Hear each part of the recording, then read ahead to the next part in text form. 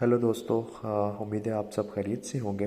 तो आज हम बात करते हैं कि जो स्टूडेंट वीज़ा की रिसेंट अपडेट है वो क्या है। और सबसे पहले हम बात करते हैं हायर एजुकेशन की। इस वक्त जो सिनेरियो चल रहा है उसमें हायर एजुकेशन के वीज़ास काफ़ी सारे ग्रांट हो रहे हैं, जिनके डॉक्यूमेंट्स जेन्युइन हैं। और मोर देन 90% रेशो है जिनके डॉक्यूमेंट्स ठीक हैं। जिनकी यूनिवर्सिटी जीटी क्लियर कर रही है तो उनको हायर एजुकेशन वीज़ा ग्रांट हो रहे हैं, और 90% हो रहे हैं। और जो टाइम की बात अगर हम करें तो जो टाइम लग रहा है अभी, जो एवरेज टाइम है वो अप्रोक्सीमेटली 3 से 4 वीक्स में वीज़ास आ रहे हैं। और अभी तो जुलाई इंटेक ख़त्म होने वाला है, तो अब नेक्स्ट इंटेक नवंबर में भी आप लोग अप्लाई कर रहे हैं। और इसमें एडवाइस यही है कि नवंबर इंटेक के लिए आप अपने जब वीज़ा फाइल करें तो अप्रोक्सीमेटली तकरीबन 1 से 2 मंथ पहले ही वीज़ा फाइल करें। 2 मंथ तो बेटर है कि 2 मंथ पहले करें। आप पहले भी कर देंगे 2-3 माह, 2 मंथ से ज़्यादा तो कोई इशू नहीं है, लेकिन अगर बेटर है कि आप तकरीबन 2 माह पहले ही उसमें फ़ाइल कर दें। अगर वेब सेक्टर की बात करें तो वेब सेक्टर में जो वीज़ा रेशो है वो थोड़ी कम है। उसकी मल्टीपल रीजंस हैं। उसकी अप्रोक्सीमेटली 70% चल रही है, और बहुत कम वीज़ा बैठ के देखने में मिल रहे हैं as compare to higher education में। तो कोशिश करें, अगर आपकी बैकग्राउंड है तो आप अच्छा बैकग्राउंड है तो आप हायर एजुकेशन में अपनी वीज़ा फाइल करें, और क्योंकि उसमें फिर आपके चांसेस ज़्यादा हैं as compare to wet sector. तो मोस्टली स्टूडेंट्स क्या करते हैं कि वो फ़ी का स्ट्रक्चर देके वेट सेक्टर को प्रेफर करते हैं, जिसकी वजह से वीज़ा उनके चांसेस कम होते हैं। तो आपके लिए यही है कि आप उसमें हायर एजुकेशन को प्रेफरेंस दें। और अगर हम वेट सेक्टर के लिए को मैं आपको रेकमेंड नहीं करूँगा इतना। अगर कोई करना चाहता है तो वो अपने रिस्क पे कर सकता है, लेकिन उसकी रेशो जो है वो कम है। अगर वो करना चाहता है तो कर सकता है वेट सेक्टर के लिए भी। अगर हम वीज़ा रिफ्यूज़ल्स की बात करें तो वीज़ा रिफ्यूज़ल्स की रीज़न्स बात करें, क्या वजूहत हैं। कुछ स्टूडेंट्स के मैसेजेस आ रहे हैं जो पूछते हैं कि यार हमारा वीज़ा रिफ्यूज़ हो गया तो क्या रीज़न हो सकती है। तो सबसे पहले तो मेरे अकॉर्डिंग टू, मैंने जितना भी मेरा एक्सपीरियंस है जो मैं समझता हूँ, according to my understanding, so main reason जो होती है वो जीटी ही है। आपकी जो जीटी स्टेटमेंट है, आपने वो किस तरह खुद कुछ लोग करते हैं कि कंसल्टेंट को दे देते हैं, वो लिख के दे दें या किसी और से करवा लेते हैं, तो वो उस चीज़ को खुद एक्सप्रेस नहीं कर सकता। अगर आपका जो हर बंदे की अपनी स्पेशल सर्कमस्टांसेस हालात होते हैं, बैकग्राउंड होता है, वो हर किसी को खुद ज़्यादा पता है as compare to other person. बेशक अगला दूसरा बंदा कितना ही क्वालिफाइड क्यों ना हो, तो आप अपना बेटर वो उसमें बता सकते हैं जीटी में।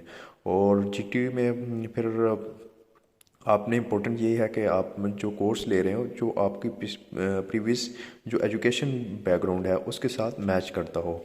अगर मिस मैच होगा तो उसमें फिर वो आपकी जो जीटी है उसमें इश्यूज आ सकते हैं। तो कोशिश करें कि वो कोर्स लें जो आपकी एजुकेशन का बैकग्राउंड से मैच करती हो, और उसकी प्रॉपर उसको लिंक करें। और दूसरा जो फिजिकल या फंड्स की वजह से कुछ लोग फंड्स पे मतलब थोड़े उनके ड्यूबियस डॉक्यूमेंट्स होते हैं, जिसकी वजह से उनकी वीज़ा रिफ्यूज़ल आता है, या वो किसी इन्वेस्टर से लेके वो फंड्स उसमें शो कर देते हैं। तो उसमें भी उनको अगर वीज़ा ऑफिसर को लगे कि इसके अपने फाइनेंशियल डॉक्यूमेंट्स नहीं है तो उसमें वो रिफ्यूज़ल के चांसेस हो सकते हैं। और उसके बाद गैप जस्टिफिकेशन है, स्टूडेंट के गैप्स होता है, 1 ईयर 2 ईयर का गैप है। जितना भी गैप है आप उसको प्रॉपर जो आपके पास जो डॉक्यूमेंट्स हैं उसमें जस्टिफाइड करें कि आपने फॉर एग्जांपल कोई कोर्स किया है या उस ड्यूरेशन, या आप जॉब कर रहे थे। तो जॉब कर रहे थे तो कोशिश करें कि जॉब का जो आपको जब जॉब हुई उसका ऑफ़र लेटर लगा दें, ऑफ़र लेटर लगा दें। और दूसरा जो अगर कोशिश करें उसमें ना सैलरी स्लिप्स हो आपके पास, वो भी साथ अटैच कर दें सैलरी स्लिप्स। अगर मोस्ट प्रोबेबली अगर आपकी सैलरी बैंक अकाउंट में आ रही है तो वो ज़्यादा बेटर है। आप उसमें बैंक अकाउंट की स्टेटमेंट लगा दें और उस डेट के साथ उसको मार्क कर दें कि ये आपकी सैलरी आ रही है। वो ज़्यादा आपका एक तरह का ऑथेंटिक हो जाएगा, कन्विंसिंग हो जाएगा। और गैप जितना अच्छा जस्टिफाई करेंगे आप उतने जेन्युइन स्टूडेंट्स उनके सामने अपीयर होंगे। तो ये इम्पोर्टेंट है। और फाइनेंशियल डॉक्यूमेंट्स में जितने आपके डॉक्यूमेंट्स इस तरह के हो, वेरीफाइड हो सकें। फॉर एग्जांपल आपके नाम पे कोई गाड़ी चढ़ी है जो आपने अगर किसी को फॉर एग्जांपल लीज़ पे दी हुई है, रेंट पे दी हुई है, आप उसका ऑनलाइन रिकॉर्ड भी चेक हो सकता है। तो आप इस तरह के डॉक्यूमेंट्स में लगाएं तो वो ज़्यादा थोड़ा ऑथेंटिक हो जाएगा। फॉर एग्जांपल आपकी व्हीकल है जो आपने रेंट पे दी हुई है, रेंट पे है, लीज़ पे है, जो भी है, तो उसका ऑनलाइन ऑनलाइन रिकॉर्ड होता है। तो आप वो लगाएंगे तो उससे आपका ज़्यादा ही वो हो जाएगा, ऑथेंटिक हो जाएगा। तो इस तरह की ज़रूरत है। और जो टिप्स हैं अगर टू मी अगर मुझसे पूछें तो वीज़ा अगर आपके चांसेस ज़्यादा इंक्रीज़ करने हैं, उसमें सबसे पहले जो है कि आप यूनिवर्सिटी ना सबसे पहले जो हायर रैंकिंग में है, जिनकी रैंकिंग अच्छी हो, वो चूज़ करें जिनकी रैंकिंग अच्छी हो, हायर रैंकिंग में हो, लेवल वन की यूनिवर्सिटीज़ हो, तो उसमें आपके चांसेस ज़्यादा होते हैं। उसके बाद फिर रैंकिंग लेवल का अगर आपने यूनिवर्सिटी चूज़ कर ली, लेवल वन की रैंकिंग है, फिर आपने उसका जो कोर्स है, कोर्स वो चूज़ करना है जो आपके एजुकेशन से बैकग्राउंड से बहुत रेलिवेंट हो। ये नहीं कि आपने फॉर एग्जाम्पल सोशल साइंसेज पढ़ा हो तो आप इंजीनियरिंग में अप्लाई कर रहे हो। तो इसलिए कि आप फिर सोशल साइंस आपने पढ़ा है तो सोशल साइंसेज में ही कोशिश करें, अप्लाई करें। और फिर अगर ये दोनों चीज़ें होगी, आपने लेवल वन की यूनिवर्सिटी चूज़ कर ली और कोर्स सिलेक्शन आपकी होगी, उसके बाद आपने करना है जो SOP, वो वेल रिटन SOP करना है। आपने खुद से SOP अपना लिखना है और हर उसमें each and everything, her angle से आप चीज़ों को लेकर चलें। फॉर एग्ज़ाम्पल अपना बैकग्राउंड दें, आपने आपकी कुछ जो कह रहे एकेडमिक अचीवमेंट्स हैं उनको उसमें मेंशन करें। आपकी एक्स्ट्रा करिकुलर एक्टिविटीज़ या कुछ सर्टिफिकेट्स आपने लिए हैं उनको मेंशन करें। फिर आप और सबसे इम्पोर्टेंट इधर ये है कि आपने उसमें ये जस्टिफिकेशन देनी है कि आफ्टर जब आपकी डिग्री कंप्लीट हो जाएगी, डिग्री कंप्लीट होने के बाद आप अपने कंट्रीज़ में वापस आएंगे। वापस आने के क्या आपकी मतलब क्या क्या चीज़ें हैं जो आपको कंपेल करेंगी कि आप डिग्री कंप्लीट होने के बाद वापस आ जाएंगे। फॉर एग्ज़ाम्पल आप कहते हैं कि मैं अपनी फैमिली में फैमिली के मेरे साथ टाइज़ हैं, तो मैं अपनी फैमिली में सबसे बड़ा भाई हूँ, तो मेरे ऊपर एक रिस्पॉन्सिबिलिटी है कि मैं वापस आके जो दूसरे छोटे बहन भाई हैं उनकी देखभाल करूँ। ये एक हो सकता है जस्टिफिकेशन। इसी तरह अगर आप कहते हैं कि ये फ़लाँ मेरा फिर बिज़नेस, ये वाला बिज़नेस है, ये इसमें नाम पे मेरा बिज़नेस है, तो वहाँ पास आके बिज़नेस को लुक आफ्टर करूँगा, या मेरे फादर का ये बिज़नेस है, मैं उसको बिज़नेस को लुक आफ्टर करूँगा, तो मेरे पास ये प्रूफ है जो मुझे कंपेल करेंगे कि मैं वापस आ सकूँ। तो बहुत जितनी कंपेलिंग आपकी रीजनिंग होगी उतना ही आपके उसमें पॉजिटिव इफेक्ट पड़ेगा। और उसके बाद हम बताएं डॉक्यूमेंट्स, ऑथेंटिक डॉक्यूमेंट्स बहुत ज़्यादा ज़रूरी हैं, सबसे इम्पोर्टेंट है। आपके फाइनेंशियल डॉक्यूमेंट्स हो गए, अगर आप कोई आपके पास लैंड के डॉक्यूमेंट्स हैं वो आपने लगाने हैं। बैंक स्टेटमेंट जो है वो आपने बैंक स्टेटमेंट्स बहुत ही आपने ऑथेंटिक लगानी है बैंक स्टेटमेंट। और याद रखिए जब तक आप ऑस्ट्रेलिया में लैंड नहीं हो जाते तो आपकी बैंक स्टेटमेंट आपने मेंटेन रखनी है। तो ये आपने लाजमी करनी है। ये नहीं कि कोई कहेगा यार आपने कुछ नहीं होता, आपने स्टेटमेंट विड्रॉ कर सकते हैं, अपनी जो अमाउंट है विड्रॉ कर सकते हैं आफ्टर वीज़ा। ग्रांट टू नहीं करना जब तक आप इधर ना आ जाए।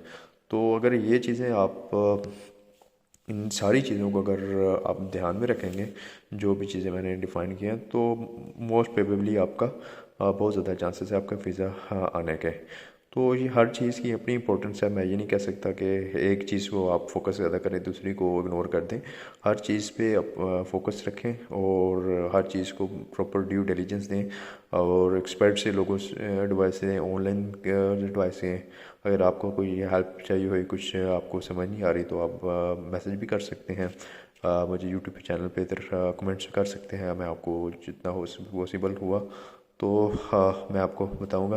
तो आगे नेक्स्ट क्वेश्चन, कुछ लोग पूछते हैं कि यार कोर्स लें वो जिसमें ना पीआर जल्दी मिल जाए। तो उनको यही एडवाइस है कि पहले आपका फर्स्ट जो मोटिव है वो आप वो करें। फर्स्ट मोटिव जो आपका होना चाहिए वो कि आपने वीज़ा अपना सिक्योर करना है। तो वीज़ा सिक्योर करने के बाद आप इधर आके इस ऑस्ट्रेलिया में आके बाद में कोर्स, अगर आपको लगे कि आपके इस कोर्स में पीआर के चांसेस कम हैं तो आप चेंज कर सकते हैं। लेकिन फर्स्ट मोटिव आपका वीज़ा सिक्योर है। तो वो किस तरह होगा, मैंने जो ऊपर स्टेप बताए हैं वही आपने फॉलो करने हैं। ऊपर जो स्टेप मैंने बताए हर चीज़ को फॉलो करके रहने ना। अभी पीआर की आप टेंशन ना लें, पीआर पर अपना फोकस ना रखें। जब आप एक बार इधर लैंड हो जाएंगे उसके बाद आप फिर अगर आपको सर्च आउट करते रहें, अगर आपको लगे कि आपके से जो चांसेस कम है वीज़ा के, तो आप उसमें कर सकते हैं कि आप अपना कोर्स चेंज कर सकते हैं। तो उसमें इतना इशू नहीं है, आप यूनिवर्सिटी चेंज कर सकते हैं, कोर्स चेंज कर सकते हैं। तो आपका फर्स्ट मोटिव है आप एक बार अपना वीज़ा सिक्योर करें, उसके बाद आप इधर आके करके पीआर कोर्स चेंज कर सकते हैं। Thank you so much for watching. आपको बहुत बहुत शुक्रिया, आपने वो वीडियो देखी। काइंडली रिक्वेस्ट है कि वीडियो को लाइक करें, कमेंट करें और चैनल को सब्सक्राइब करें। और जो भी दोस्त और आपके जानने वाले हैं वो जो ऑस्ट्रेलिया का प्रोसेस वीज़ा करना चाहते हैं या आप सोच रहे हैं, उन सबको रेफ़र करें। होपफुली उन सबको इससे हेल्प मिलेगी। ये तो बाकी भी वीडियो आपको मैं, और जो भी टॉपिक में आपको समझ नहीं आ रहा और आप चाहते हैं कि वीडियो मैं बनाऊं, आप उसमें काइंडली कमेंट में बता दें। मैं कोशिश करूंगा उस टॉपिक पे मैक्सिमम वीडियो बना सके। उम्मीद है आपको वीडियो अच्छी लगी होगी और आपके लिए हेल्पफुल होगी। तो अपना ख्याल रखिएगा। Good bye, thank you.